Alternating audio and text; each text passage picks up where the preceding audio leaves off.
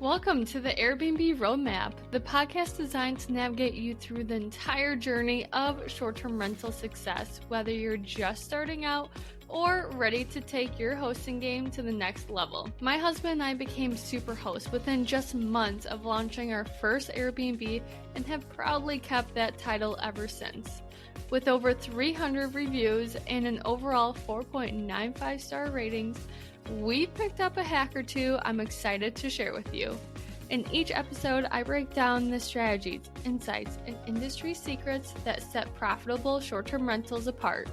From choosing the right property, understanding local regulations, and obtaining your first listing to go beyond just the basics, I'm here to share everything you need to succeed. So, if you're ready to map out your path to Airbnb success and unlock the full potential of short-term rentals, join me on the Airbnb Roadmap. Your journey starts here. Hey everyone, this is Brittany Wenninger, and today we are talking about how to find the perfect short-term rental property. Now, I will start this episode off with a couple disclaimers. There is no such thing as perfect, so keep that in mind as we go through this episode. Also, if you're thinking, Britt, you are just jumping around, I still need to find a real estate agent, I still need to find a lender, you are correct. You still need to do those items. If you are someone that really wants to get the ball rolling and you're listening to these episodes, just know I do have a mentorship program and we meet one-on-one over Zoom or Google Meets, and it's one time per week, and I literally help you through the whole process. And we will make sure that you get your very first short-term rental up and running as soon as possible. So if you are interested in that, just hit my DMs in Instagram at the Airbnb Roadmap, and we will chat about that a little bit further. But for this episode, we are talking about how to find the perfect short-term rental. Now, some of the things that we'll be talking about is the location of the short-term rental, because honestly, that is one of the most important things, as well as the features, some red flags, and the one thing that I never will ever have a property in. So let's just chat about the location first. So you really just have like about 3 to 4 options. You have the lake, you have the country, like a rural area, and then you have the suburban city life. So it all depends on what your preference is. Like, for example, my husband and I, we are lake people. We love going boating, we love wakeboarding, wake surfing, everything that involves water, we love. Again, not very good. So if you ever see videos of us like doing this stuff, don't think that we're doing like backflips and all that good jazz, because we're just happy to just get on the water and, not fall, right? Just kind of like my snowboarding. I give it a good old college try. And that's pretty much how I do every single athletic sport. So when we talk about lake life, lake properties, you have a couple options. You can either have a property that overlooks the lake from afar, or a property that is directly on the lake. Obviously, being on the lake is a little bit more desirable, and you will get a lot more money for your nightly stays because of how rare those are. But also the properties that just look at the lake, those also do very well because the guests are looking at something gorgeous, looking at something peaceful. Because most of the time when people stay at an Airbnb, that is what they're looking for. They are looking for a getaway to just kind of relax, get away from the hustle bustle. Now, one of our properties does actually overlook Lake Wisconsin, and we do have deeded access. Now, one, we don't allow our guests the deeded access. And two, our guests don't even know about the deeded access. The reason why we did this is because we were afraid that if a guest does something silly on the deeded access property, that will really piss off a lot of the neighbors. And we just don't want that drama or anything like that because, people's boats are right there. And we just didn't want to take the risk of, those guests messing up anything or any property. Now, if your cabin or property or house or whatever, if that is on the lake, you can consider having amenities like kayaks or, one of those cool floating trampolines. Like, have something there that the guests can actually do while they're staying. And I will guarantee you your nightly rate will just increase. It will skyrocket, because that means that those families don't actually have to leave the property to have a good time. I know when we got married at the Verbo in Lake of the Ozarks, the guy had 2 jet skis and also a couple boats, and he actually offered people to rent them out. Now, would I allow someone to rent out a $200,000 boat? Because this is literally how much that boat was. It was insane. No, I wouldn't, because I literally think that you just kind of have to really simplify everything for guests. Not saying that they don't know how to do stuff, but I just try to minimize all the risk. So for me, that would be a huge risk factor. I personally wouldn't do it. But hey, if you're cool with that and you have people sign waivers, you do you, because you can actually get a lot of money from that. All right, so now let's talk about land and being in a rural area. I apologize if the word rural sounds a little funky, because I could never say that word, to be quite frank. So I'm really trying to master it. So don't make fun of me, please. But anywho, rural properties are very nice when it comes to peacefulness, and you could actually make your property really cool if you have a lot of land, because you could either have an ice skating rink in the wintertime, you could put a pickleball court in the yard, you could do a lot of stuff. If this property is, let's say 15 minutes from a major city and you're still rural, don't think that you're too far away, because a lot of people would prefer having the peacefulness and just kind of having their own space, and then also driving to the hustle bustle. Because again, a lot of times people are staying at your property to just escape from the real world. So having a house in the country could actually make you a lot of money too. Now, a couple of things to think about when you have a house in the country is the wildlife. So for example, we have a cabin, it's literally tucked into a bluff, and there's a lot of mice. Just like I talked about in my last episode, we had to deal with 30 mice, right? Also, there are a lot of turkeys and deer. And one thing that we never even thought about was moles. So moles are tearing up our yard, and they are so hard to get rid of. But that's just one of the things that you need to think about when you're buying a property in the country, is kind of like that country living.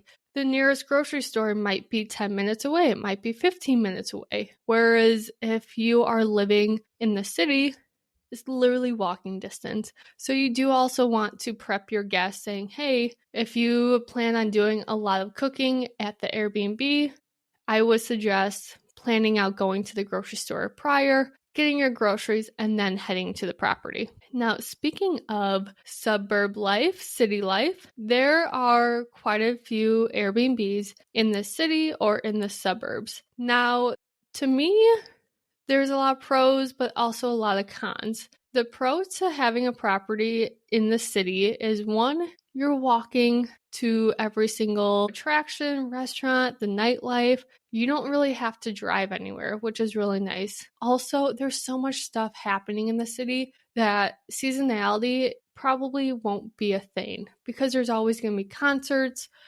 or friends that people are visiting or family. There's always going to be something. Now, the con to the city are a couple things. One, you are close to a lot of other neighbors. So if the neighbors aren't really too keen on you having a short-term rental, then they could really do a lot of damage and try to shut you down. Or they will just bug the heck out of you, text you saying, hey, so-and-so is being very loud, even though it's 8 p.m. So you do have to watch out for that.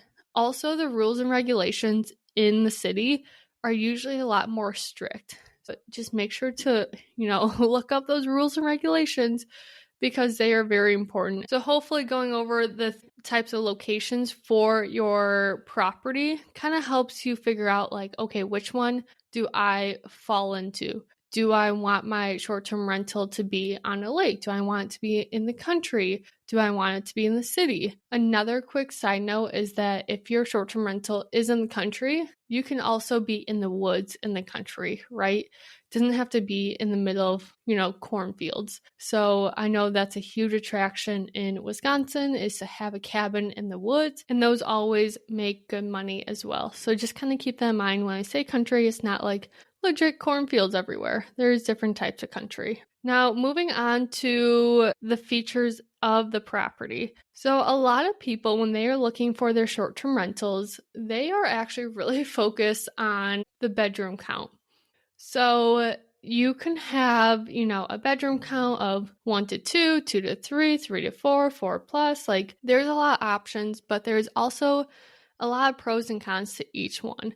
So I personally like 3-bedroom properties. The reason for that is because there's a lot of, small families that can stay in the property. Usually 3-bedroom properties can fit like 8 people. 2 people in each bed and then a couple people on the couch. I also feel that 3-bedroom properties don't have a crazy amount of parties. And I don't like parties in my property. I do like to party, but I just don't like them in my short-term rentals. So 3-bedroom is kind of my sweet spot. Also, 2 bedrooms are nice for just like a couple's retreat or a couple with like a kid. So again, smaller groups, less parties, less chaos, kind of my bread and butter right there. Now, the bedroom counts that are 4 plus, those are really great for, nightly rates. You can charge a lot because there's not that many properties that have 4 bedrooms plus or even 5 bedrooms plus. These properties do have larger groups, so you want to think about, is there going to be a wedding there? Is there going to be a retreat there? Are these just people, a huge group for a business conference? Like, you have to think about that stuff, and is that worth it to you? I know even in our 3-bedroom property, we do have a lot of bachelor and bachelorette parties. This is like a huge side note, but we don't allow like glitter or confetti because that is such a pain to clean up, and I would just feel awful having my cleaner do that. So just kind of keep that one in mind. Now, obviously, there is the studio, the 1-bedroom units. Those are nice for when it's just a solo person traveling for work. Now, you don't get that much money from them, but also like those people are just there most of the time. They're literally just there for business, right?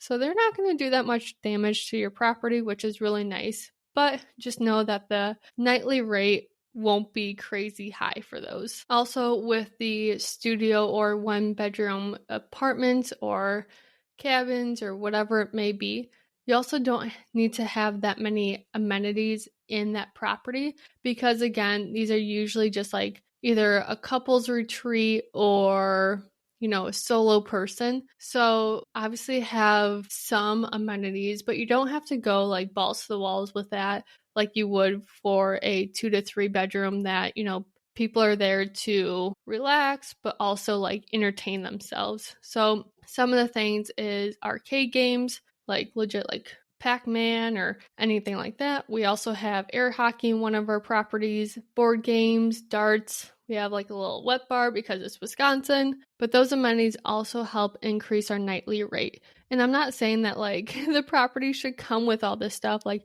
one of our properties had an unfinished basement, so we literally did all that work just to, get more people into the property because we have such amazing amenities too. Now, when you are looking for your short-term rental, sometimes there's other short-term rentals for sale, and sometimes they would love to sell all of the furniture and plates and silverware, like all that good jazz with the property. Now, that may sound like a good idea because it's less work for you and it's literally like rolled into the mortgage. But if they just like aren't really your style, like the furniture is not your style, I would literally just tell the seller to just take it with them because we've done that a couple times. And to be honest, it's just so much work to get all of this stuff out of the cabin. because it was old and just not our style.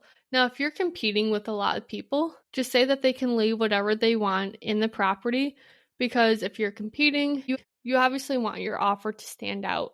So if that's the case, just have them leave it there and then take care of it. But in our opinion, when they leave all their furniture, it's just a lot of hassle. Now, I do like it when they leave the utensils and plates and all that stuff, because people don't see that in the listing. So it really doesn't matter what you have in there. Now, going back to other features in the property, if there's a hot tub, that's a huge bonus, especially in Wisconsin. If there's a gym in the property, again, huge bonus. Or if there's a pool. Now, one thing that I will say about pool in Wisconsin is that you're just going to be using the pool, or the guest is going to be using the pool for like 3.5 months. And if the property comes with a pool, awesome. But I personally wouldn't install a pool, just because now you have to have a pool cleaner come.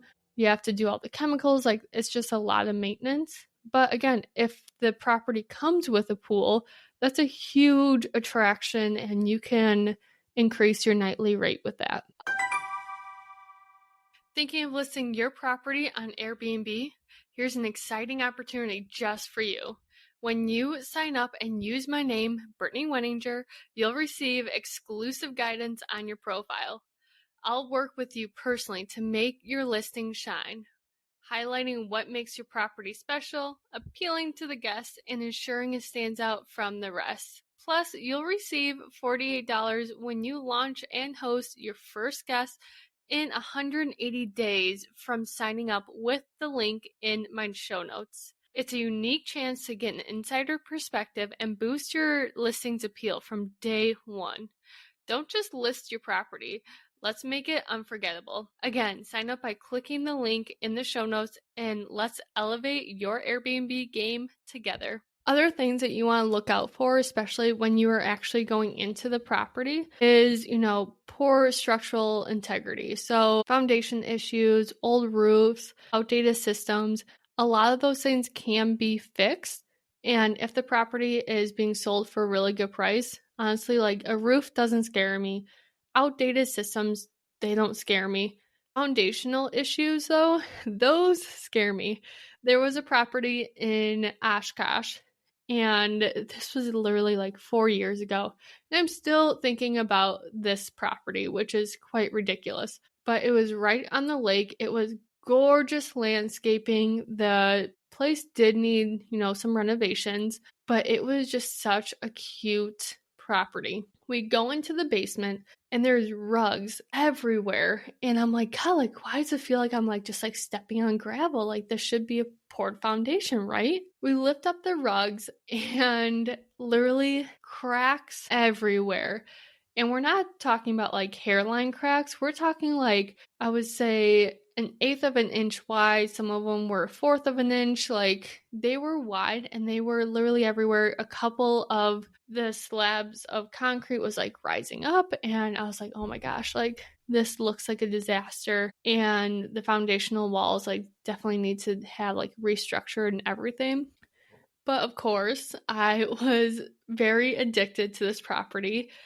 And I was like, Clay, like, how do we make this happen? And there was a structural engineer that went out and kind of told us what needs to happen. Or actually, now that I think about it, there was someone else that was interested in the property and they backed out. So the seller actually had all this information.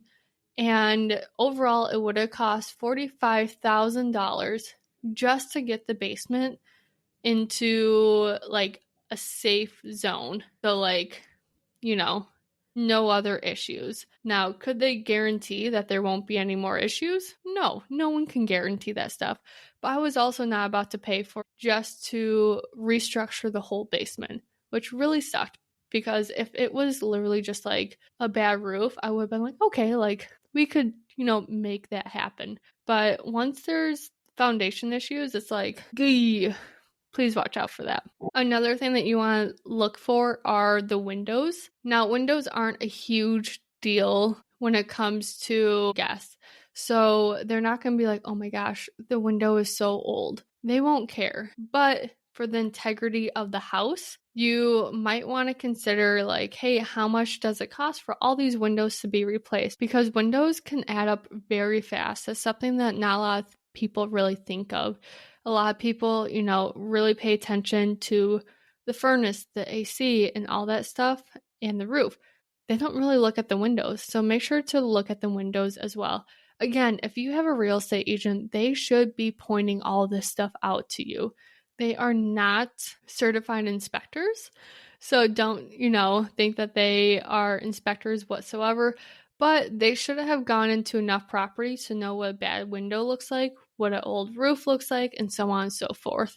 Now, there's also another, kind of red flag, but not really, is how close your neighbors are. So again, if you are in a rural area or if you are on the lake, there might be neighbors by you. I mean, obviously, if you're out in the country, you try not to have neighbors, but it does happen. So one thing that I actually did, and this was kind of ballsy of me, but hey, we're all for it, is we found out that our county needs a conditional use permit. With that, the county literally sends all of the neighbors a letter saying, this property wants to apply for a roaming tourist license. If you object or if you have anything to say about this, go to this hearing. So I was like, okay, I know all of the neighbors are going to get this letter. Before we even put an offer in, I actually walked up to all of the neighbors, introduced myself saying, hey, this is our idea. We are looking to put an offer on this house, but this is what we want to do with this property. Do you object? And at that time, no one did. And little fun fact, this is actually how I met one of my best friends, Carrie, that I literally walked up to her house. She just got home. I gave her my spiel. And of course, I was so nervous for all of the neighbors, to be honest, because you're kind of saying hey, this is what I want to do. I hope that you don't mind. And you have to hope and pray that they're good with it, right? So I walked up to Carrie, gave her my spiel. She didn't care. And then of course, this is such a Wisconsin up north kindness, but she invited me into her house to see the amazing view that their house has, because their house is on the hill and overlooks Lake Wisconsin. And the back view is it's very, very, very gorgeous. And I just laugh so much now because literally she had no idea who I was. She literally met me 5 minutes ago and she's like, oh, do you want to come in my house? I'm like, yeah, of course. And I think at that time her husband Orlando was sitting on the couch, and I look at him and he's putting on shoes or something. And Carrie was like, Orlando, this is Brittany. She's going to be buying the house across the street. And then Orlando's like, oh, cool. And I was like, oh no, I don't think that he is really about this. She is. I hope that he doesn't mind. But long story short, both of them are our best friends. And I think he was just in the zone to go running because he runs 10 miles, which is absolutely insane that he just does that for fun. But anyways, if you know that the neighbors are going to get a letter, might not be the bad idea to go up to them prior and say hey, this is who I am. This is my idea. If you're okay with that, cool. Also, have some objections ready. So if someone's no, you guys are going to be too loud, you can be okay, well, good thing about that is that we will have a noise detector. The second that it gets too loud in the property, which I hope that there won't be, but the second that there is, we will notify you. Or you can also say oh, well, good thing that we have quiet hour from this time to this time. So just kind of be prepared that some people might bite back, but just give them a solution and it will definitely calm their nerves. Now, speaking of the whole conditional use permit, so rules and regulations are a huge thing that you need to look up before putting any offer on a property. So think of this as a pyramid. The very first layer, so the very wide layer at the bottom, is the state. So you want to call probably the county to know the state's rules and regulations. In Wisconsin, you need to have a roaming tourist license. What that is, it's an inspector, a certified inspector, but not a home inspector, but an inspector that the state provides. They'll go into the property and they will deem if it's safe or not. So pretty much they just make sure that your property isn't a complete crap show. It's so funny. I swear a lot, so I'm really trying not to swear in the episodes. But they just try to make sure that like the property is safe. They do have a lot of like kind of funky safety things that you need to have in your property. For example, in the shower, you need to have a non-slip mat. In your utensil drawer, you need to have a flyer saying that the utensils are not sanitized. So just kind of funky stuff like that. But they will probably give you a flyer that says exactly what they're going to be looking for, and you just need to make sure that like everything is completed before the inspector comes in. Now, once you figure out what the state needs, now you need to figure out what the county needs. So every single county is completely different. All you just do is call the county clerk, be like, hey, what's the rules and regulations of short-term rentals? If they don't know what you're talking about, say roaming tourist license or Airbnb. Now, once you figure out what the county needs, now you have to figure out what the township needs. Now it gets a little bit trickier because the townships are always so different, and some of them are very lenient and just go by like the county rules, and some of them are a pain in the butt. Like there's a lot of different varieties. So for that, you do want to call the township. You could go on their website, and sometimes the ordinance are on the website, but I always find it best to call first and say, hey, what's the rules and regulations of the short-term rentals? Now, this is the funny thing is that if it's a small town, mostly all the time, they are very confused on what a short-term rental is. So that's when you say, hey, what's the rules and regulations for Airbnbs? And everyone always knows, right? So if they just seem confused, most of the time, they don't have any rules and regulations. So then you're good. But you do want to make sure to verify all of that information before putting the offer into that property that you are looking at. Now, the tippy top of this pyramid is the one thing that I will never have a property in, and that is a HOA. An HOA is set by the neighborhood. So a lot of times, like if it's a newer neighborhood, there will be an HOA on there because they want to make sure that the integrity of the neighborhood stays. So a HOA is a homeowners association. So let's say there's a $150 HOA fee. That means that that whole neighborhood has its own rules and regulations, and most of the time they say no go to short-term rentals.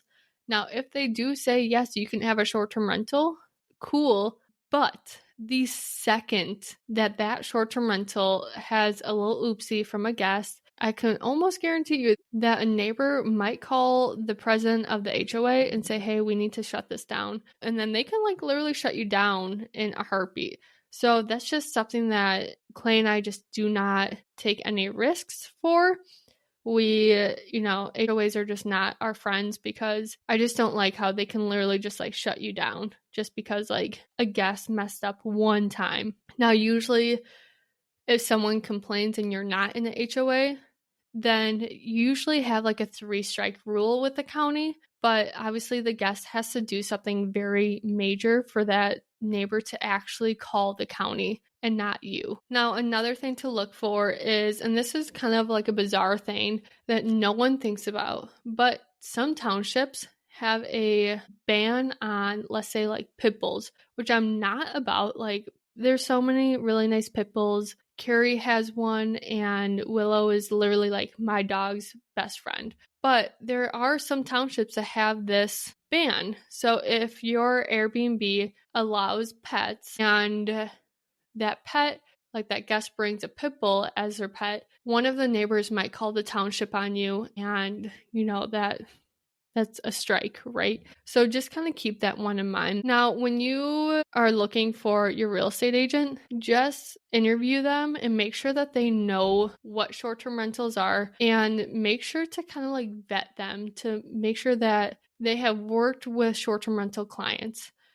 I have worked with so many short-term rental clients, and a lot of times they say, we were working with another agent and it just didn't really work out because they knew nothing about what we were talking about. And this is so critical because in their eyes, if they don't know what the client is actually looking for because they're not really familiar with short-term rentals. They might just be like, oh yeah, look at this house in the suburbs that have a HOA. You are struggling to find someone or just don't want to take that step to try to find someone. Again, just reach out to my Instagram and I have a whole list of people that I can refer you out to that they have worked with short-term rental clients. And again, if you do want to do that mentorship program, I will also hook you up with a real estate agent that knows short-term rentals, and it will just make your life a lot easier, right? So these are the big things that Clay and I look for when it comes to finding a short-term rental, and also what I look for when I try to find short-term rental for my clients. Because a lot of times, they are beginning stages as well, so they don't really know about the HOA rule and all that good jazz. So I hope that you have found some good nuggets from this episode and you can take it away and go into, Zillow, Realtor.com, wherever you look for properties, and now actually know what to look for and what to stay away from. Thanks for joining me on another episode of the Airbnb Roadmap. If you're loving these episodes and want to keep the conversation going, be sure to subscribe, leave a review, and share this podcast with someone who's ready to dive into the world of short-term rentals. Got a question or topic you would love to hear about? Reach out. This podcast is all about growing and learning together. And don't forget to follow me on Instagram, the Airbnb Roadmap. Can't wait to see you there. Until next time, here's to turning your short-term rental dreams into thriving realities. I'll see you next time.